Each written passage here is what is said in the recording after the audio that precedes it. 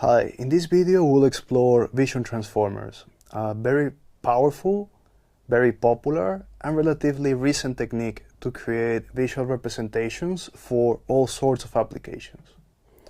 So our learning goals are to gain an overview of the vision transformer architecture and the self-attention mechanism, and to understand the trade-offs between vision transformers and convolutional networks.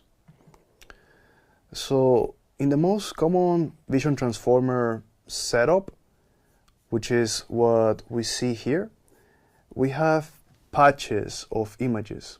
These are just blocks that we get out of the original image that we flatten, and then we do a linear projection on them. That means that we turn them into embeddings. After that, we add some positional information and something called class embedding. So then we go into this transformer encoder section, which you see here on the right, that has many of the components that we have seen in the previous videos. It has skip connections like the ResNet, it has normalization, in this case it's layer normalization, and then it has a truly new component for us, which is the multi-head attention mechanism. This is something that we're gonna discuss in some detail. The transformer is gonna transform these embeddings that we have created through this linear projection into something that is more easily classifiable. And this is done through an exchange of information between these different patch embeddings. Here I have an illustration about how this is happening in sequence. You see that first we take the input image, split into fixed size patches, then we flatten them, we project them into a sequence of embeddings, adding the position information. This is very important for the transformer. The transformer needs to know which was patch 1 and which particular pixel was inside patch 1 at each particular location. This is the positional encoding step. This is something that has many significant effects during training. We're going to see that the positional encoding that we do with these weights and these parameters is something that affects the outputs of the transformer quite significantly. It's going to make it require more training data and more computation than a convolutional neural network that is trained to perform the same task. At the same time, this is something that in most cases, after we have finished the training and after we have dumped all the data that we have into the transformer, we're going to be able to get a model that might outperform the convolutional network in many cases. And this is because it has less inductive biases. We're going to discuss this in some detail. What does this mean? What is an inductive bias, and why does a transformer has less inductive biases than a convolutional network? We see here the step of projecting the flattened patches and adding positional embeddings implemented in PyTorch code. I recommend that you check out this in the notebook to get a stronger sense about what's happening. We see that we get the 16 by 16 patches out of CIFAR 10 size images. These are very small. These are only size 32 times 32. And then we do everything that we saw on the previous slide before feeding the data into the encoder model, into the transformer encoder. Remember that encoders in general are things that create some embedding.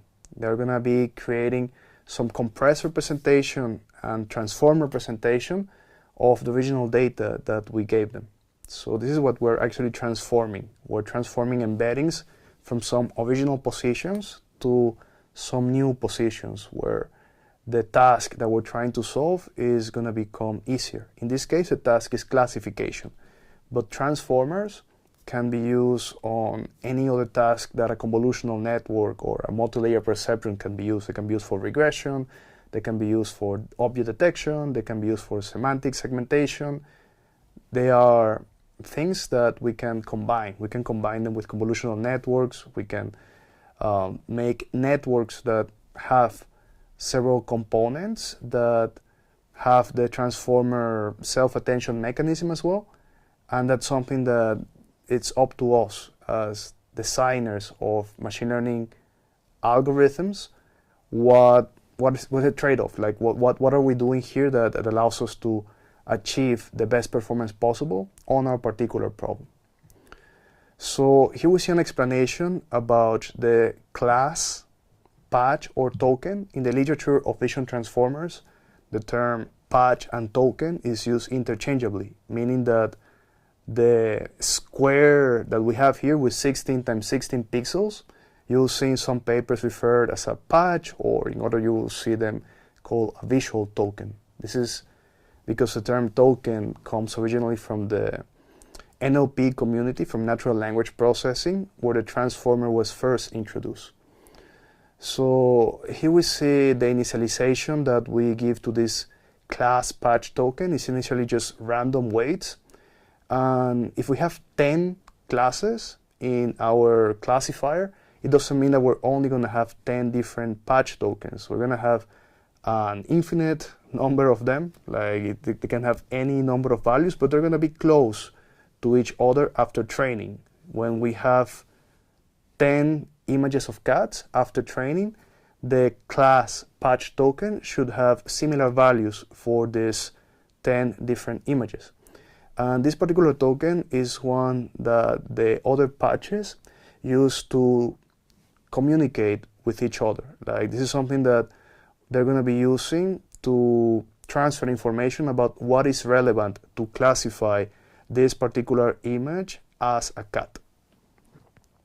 So here we see the most important part of the vision transformer architecture, which is the multi-head attention. This runs in parallel several attention computations, and each one of them gets these three matrices of key, query, and values that are like three independent copies of the original data. And these heads can learn different relationships between these patches. The outputs that we get out of the multi-head attention concatenate and pass through a final linear layer. The formula shows this mathematically, while the diagram illustrates the parallel processing paths.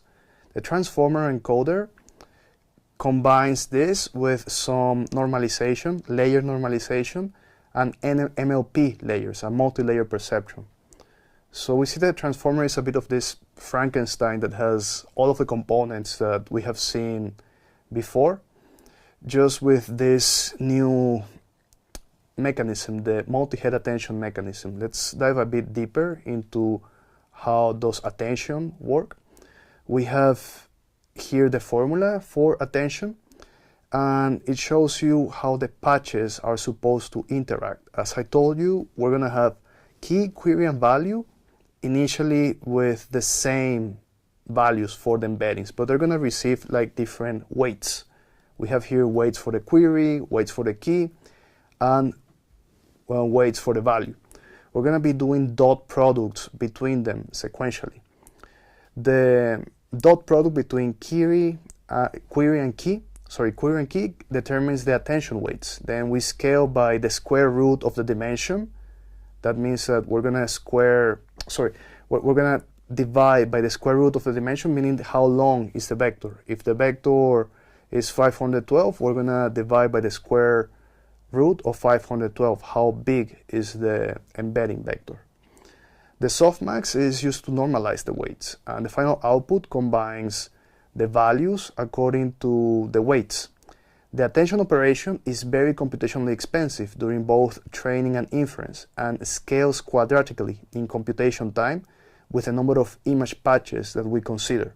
This is something that makes transformers more expensive and more heavy.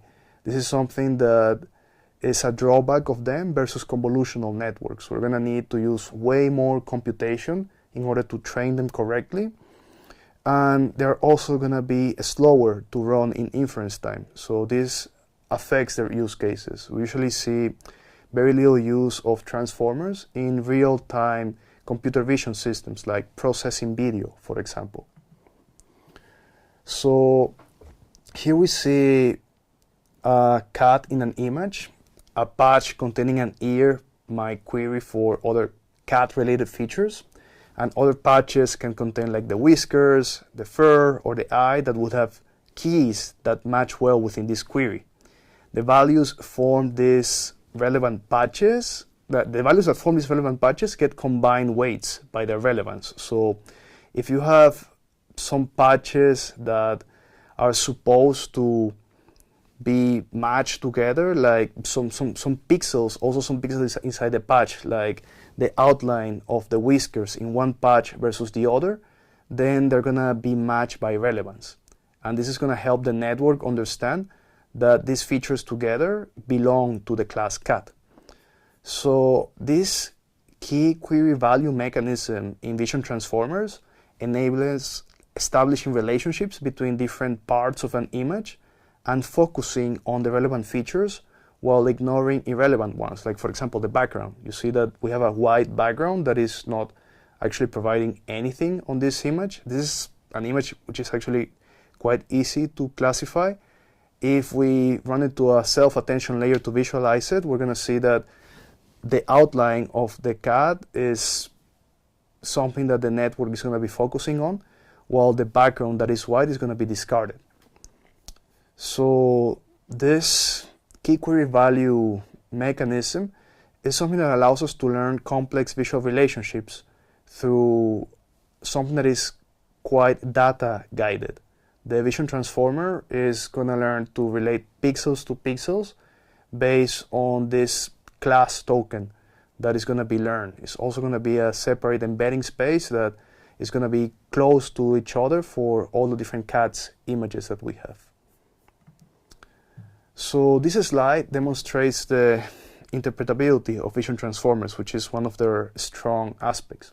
Each row shows an original image followed by the attention visualization from different attention heads. Notice how different heads learn to focus on different aspects of the image. And these attention maps help us understand how the transformer sees the image and what features it's focusing on and what it has learned to prioritize. So here is where we discuss some comparison with convolutional networks that is important. In transformers, we have this communication of all the patches with all the other patches through the class token, and we also have this exchange of information that is very computationally heavy. In convolutional networks, we do this locality bias in a much more strict manner. Like when we have a receptive field in the convolution, we have the bias that the pixels that are close to each other are going to produce some feature that is correlated. And then when we keep aggregating these convolutions, we get a more and more global view of what we have in the image. And it becomes more global the deeper we go into a convolutional network, because we're aggregating on aggregations. So you can think of a CNN like having like some magnifying glass that is looking first at small parts of the image and gradually going further and further away. And this hierarchical structure is built into the architecture itself, which gives CNNs a strong built-in bias about how images work. We also have something very useful in CNNs, which is called translational equivariance. That means that if we shift the input by 3 pixels or 5 pixels or 7 pixels, the output is also shifted by 3 pixels or 5 pixels or 7 pixels. It's shifted in exactly the same way. This is very desirable in most applications. So vision transformers do not have this. Why? Because they depend on learning positional embeddings to understand how the pixels are supposed to relate to each other. So in order for them to capture something like this, you will need to augment the dataset quite a lot. You're going to need to use more data to train the model in order for it to learn this type of relationship. You're going to have to do a lot of data augmentation with some translational changes in order for us to make the network learn that this is something that should happen between input and output.